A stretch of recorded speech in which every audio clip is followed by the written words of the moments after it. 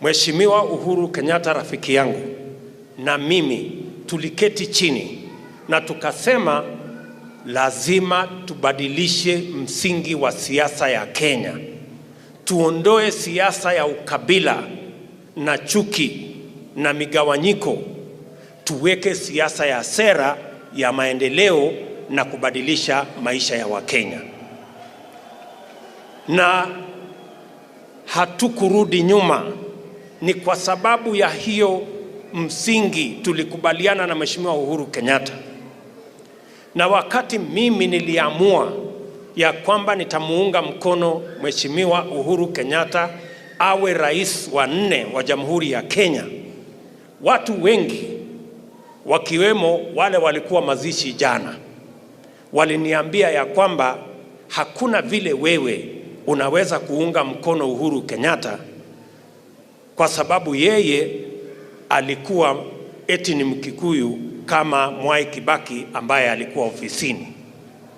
Lakini niliwaeleza siku hiyo na ninawaeleza hata na leo ya kwamba niliunga mkono Mheshimiwa Uhuru Kenyatta sio kwa sababu ya kabila yake, sio kwa sababu alikuwa anawakilisha kabila yake, ni kwa sababu mimi na yeye tuliketi chini tukakubaliana kwa sera ya kuweka maendeleo Kenya hii ya barabara na reli na kuunganisha stima na kujenga technical training college na kuweka maji katika taifa letu la Kenya, ndio Kenya iwe bora kuliko vile ilivyokuwa wakati huo.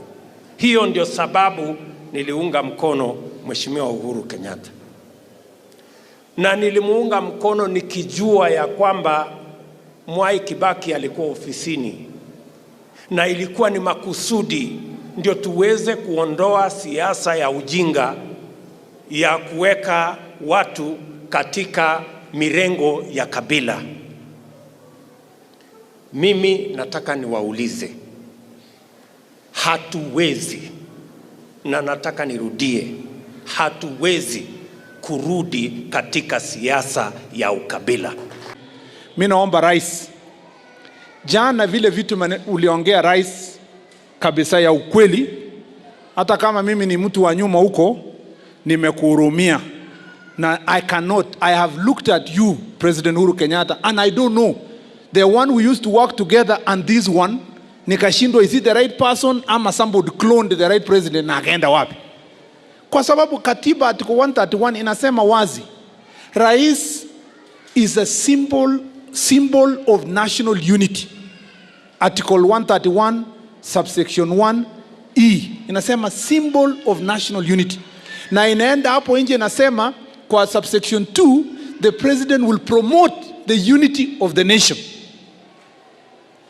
Sasa jana ukisikia Rais ameshaanza kusema yeye anapanga watu wa Nyeri mmetosheka na urais ya Kibaki, watu wa Kiambu mmetosheka ya Jomo na Uhuru, basi kaeni sasa watu wote wa Mount Kenya mkae sasa. Mimi Bishop, mimi nimeoa Nyeri, mimi natoka mahali naitwa Marakwet, hata sijuani na Moi, nilisoma tu Moi kwa vitabu kama kila mtu.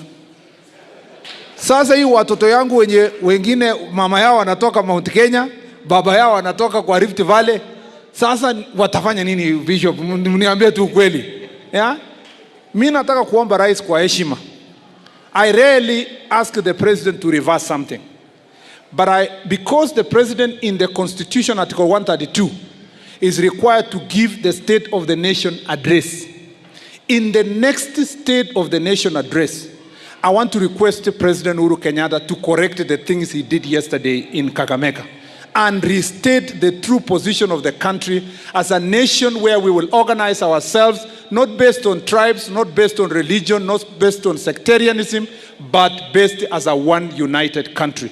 Mimi ningemuuliza Rais wa Jamhuri, yeye tungetaka legacy yake baadaye, na tungemuuliza yeye kwa sababu tamu yake iko karibu kutamatika, yeye awache wenye wanahitaji kwenye kinyang'anyironi wajituke kwenye kiwanja wote bila kuwaingilia, ili mwenye wananchi wa Kenya watawekelea mkono, yeye atampa pia vyeo za uongozi bila yeye kujiingiza kwa siasa. kwa sababu akiingilia siasa hizi tutafika mahali na zote zikiwa mbaya tutakuja kumlaumu baadaye. Kwa hivyo tungemuomba yeye aweze kusikilia kama Moi Kibaki, awache kiwanja ikiwa wazi, asije akatuambia wale kama wale, na tusije tukasikia lugha ya kutuambia sasa, kwa sababu kuna mtu fulani na barabara inaonekana kama inaendelea ikididimia, ni sasa tumeleta lugha mpya. Propaganda hizo zote tungeomba zikome, na propaganda kama hizo si za kuletwa kutoka juu, hizo ni propaganda za watu wa chini. The hustler nation is saying this country belongs to all of us and we must all sit at the table where we are going to have a honest national conversation. And let me say this for the record.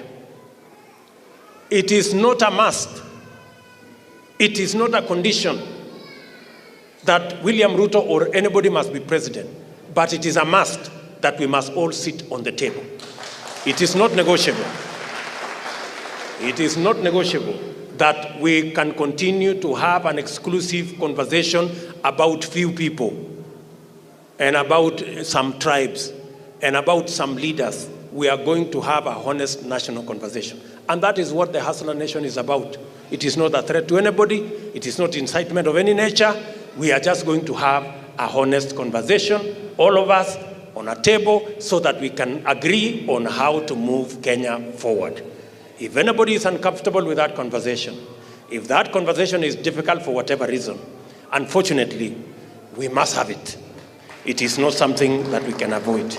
So let us all be ready to have that conversation. Tunaelewana jameni? I want to tell that team, their only destiny is defeat. That is what I will tell you.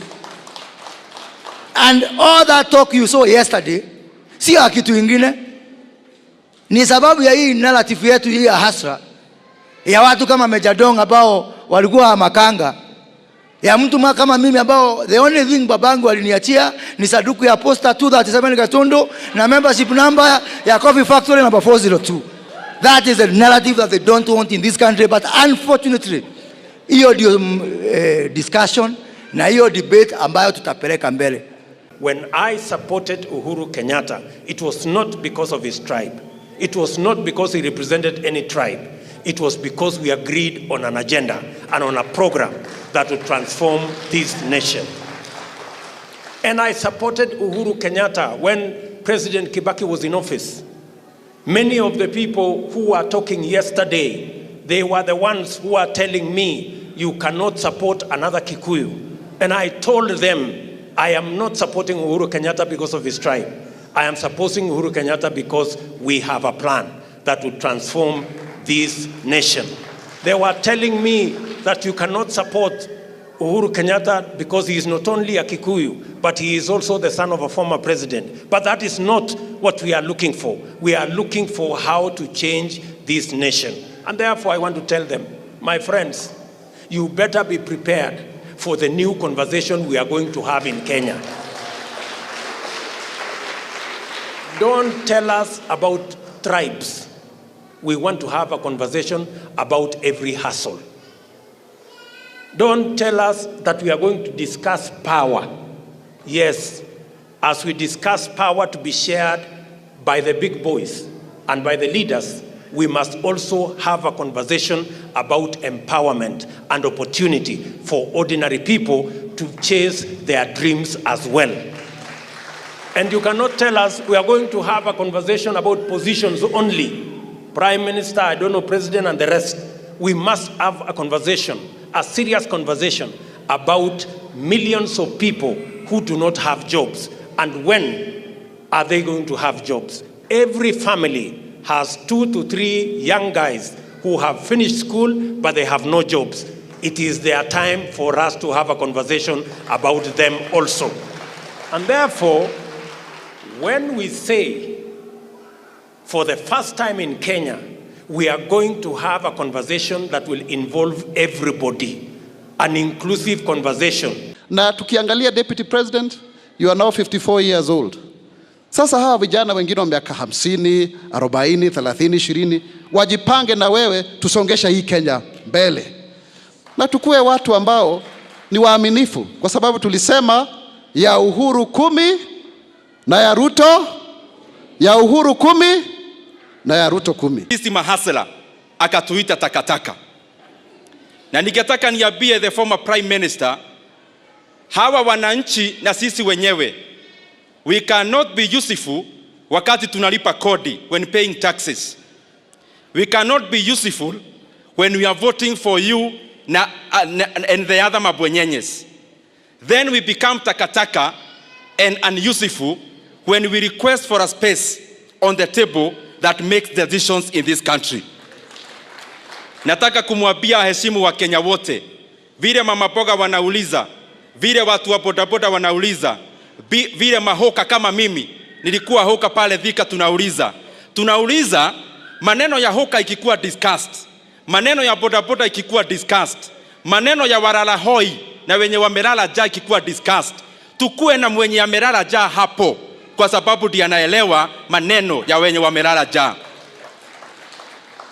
Na pia Mheshimiwa Deputy Rais, mimi pale Kiharu naweka tiles kwa mashule ya primary schools, and every time I visit my local primary schools, nauliza hao wanafunzi what they would want to be in future. And Bishop, many times I get responses. Others tell me they want to be MPs, others they want to be CSs, others they want to be deputy presidents, others they want to be president. Ama jukumu yangu na vile na mwito wangu nauliza siku ya leo, the dreams of those hustlers that I represent, and the dreams of the hustlers and the children of hustlers that I represent, those dreams cannot be achieved because ati mtu moja ya kabila yao amefika kwenye wanataka kufika. Their dreams are separate from any other individual in their tribes. Na ni vizuri yule mtoto mdogo ambaye ni Mkalenjin ama Mkikuyu agetaka kuwa rais in future, they must never be disenfranchised because one of them has been president. Any young Luo in Nyando must never be disfranchised, never to become a prime minister because one of them was prime minister. Yale mambo ambayo tuliona jana Western, tunaona watu wanakasirika. Watu wanakasirika kwa sababu conversation yetu ya siasa na uongozi wa Kenya, wewe umesema lazima conversation yetu hitoke kwa mambo ya ukabila, hikuje kwa mambo ya watu wadogo, mahasla. Na ndio unasikia wamekasirika kwa sababu wanajua wao wamekuwa wakitumia siasa ya ukabila kugawanya wa Kenya na kutumia siasa ya ukabila kujipatia uongozi. Na sisi tunasema sasa, sisi tunataka siasa ya kusonga mbele, ni siasa ya kuangalia ule mama mboga hatapata nini katika serikali, ule mwana bodaboda hatafanikiwa aje katika serikali, mambo ya mkulima, mambo ya serikali itawekwa mipango gani ya kumsaidia mkulima, walimu. Ndio maana unasikia wanakasirika, wanasema hati sasa mkiongea mambo ya hasla, hata sisi tunaweza amua kusema wale kabila ambao wamekuwa katika uongozi sasa wasikue kwa uongozi. Si mlisikia jana wakisema hivyo? Na hiyo lugha nilikuwa nasikia katika kutoka kwa watu wa upinzani. Nataka tuombee rais wetu Bishop. Ndio sasa, kwa sababu unajua ile mambo ya 41 tribes against one ilikuwa inatoka katika watu ya upinzani. Naona sasa hao watu ya upinzani wamekaa sana karibu na rais wetu, mpaka tunasikia jana rais anasema 40 tribes against 2. Fimbo ikuje inyoroshe uchumi wa Kenya, sababu uchumi wa Kenya umeisha.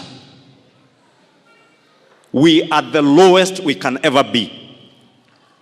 So I want to take this opportunity pia niulize rais wetu mpendo ambaye tunampenda, ambaye tulimpigia kura sio safari moja, safari 3. Tumuulize ashike fimbo, anyoroshe hii uchumi irudi mahali Mwai Kibaki alituachia uchumi akimpea hatamu ya uongozi. Tunyoroshe nchi, watoto wetu waweze kusoma na wakisoma wapate ajira. La mwisho, waache madharau. Mahasla sio takataka, mahasla ni wa Kenya. Na wamekuwa mahasla sababu ya uongozi mbaya unaozingatia ukabila. Ndio mahasla wamesema watarudi one step backwards, waangalie mahali walipotea, warudishe nchi mahali inafaa kuwa.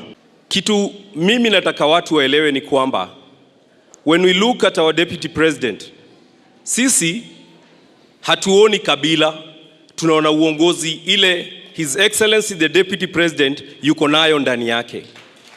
Your Excellency, I can tell you this without fear. You represent us. Wale watu tunaitanga mtaani, watu wamejilea. And when we look at you, we see hope, we see aspirations of many people.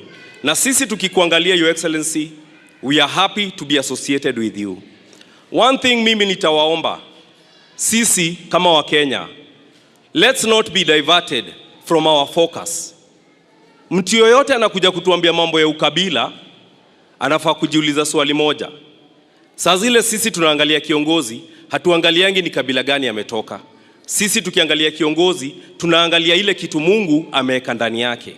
We know the Deputy President is ready to take us to the next level. Watu wengi saa hizi wale ambao wamezoea kutuuzia ukabila, saa hizi wamepata wasiwasi kwa sababu biashara yao ya ukabila na bei ya ukabila Kenya imepungua, na hasara itapatikana kwa biashara yao, kwa sababu Wakenya hawataki kuuziwa ukabila tena, wanataka kuuziwa sera, na wanataka kujua maisha yao itabadilika vipi, changamoto walizonazo itashughulikiwa vipi, na uko na mpango ya kushughulikia mahitaji yao na changamoto zao, na uko na suluhu ya yale mambo yanahitaji, ama wewe unatuuzia tu kabila yako na mambo duni ya kusema wewe unatoka sehemu fulani. Mimi nataka niseme hivi kwa marafiki zetu, hii mjadala lazima tutabadilisha. Mujipange, mkue tayari, kwa sababu nyinyi mnataka kutuuzia mambo ya makabila. Mahasla wa Kenya hawana biashara na makabila, wanataka kujua biashara yao ya kuuza mboga ama ya bodaboda ama ya kiosk ama ya saloon ama hiyo ingine itaendelea namna gani. They have no business na mambo ya makabila. Jambo la pili, msituambie tutakuwa tunaongea mambo ya viongozi na interest zao. Lazima katika hiyo mjadala tuongee mambo ya wananchi na mahitaji yao na shida zao. Jambo la tatu, hamuwezi kutuambia tutaongea mambo ya mamlaka na vile viongozi watagawana mamlaka. Vile vile katika hiyo meza lazima tuongee mambo ya mwananchi mdogo, empowerment ya mwananchi mdogo, opportunity ya mwananchi mdogo na biashara yake. Atafanya biashara vipi? Atasaidiwa kufanya biashara vipi wakati viongozi wanazungumzia mambo ya kugawana mamlaka? Jambo la nne, vile wanataka tuongee mambo ya vyeo na vile viongozi watagawana vyeo, sijui prime minister, sijui deputy prime minister, sijui rais na hiyo ingine. Lazima pia tuongee mambo ya kazi kwa mamilioni ya vijana wa taifa la Kenya ambao hawana matumaini. Ila damu yake Yesu na wema wako ndiye dhambi zangu, ndiye kwake tunasimama, ndiye mwamba nisa, ndiye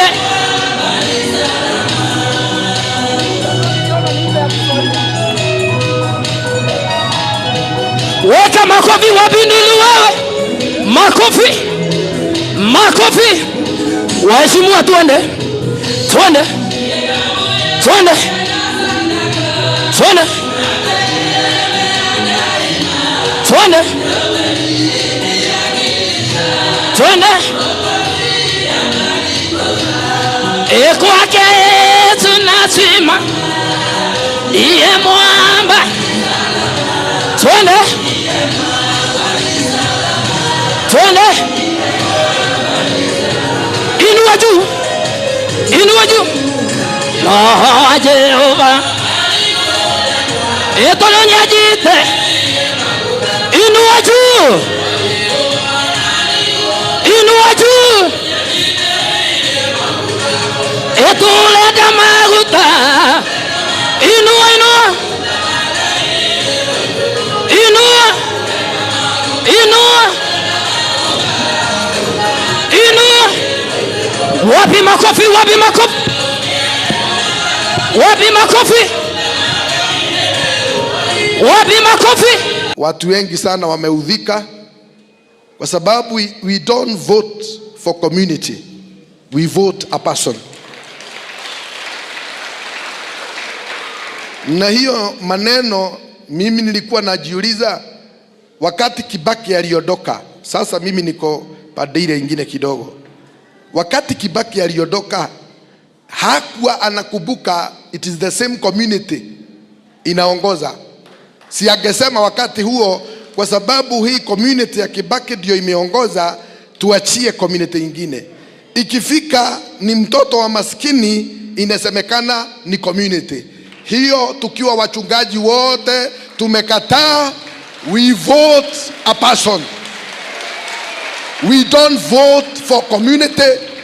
Sisi tukiwa kama taifa tulikataa kwamba we shall never return to that particular path where we begin to discriminate each other based on tribe, religion or where somebody comes from.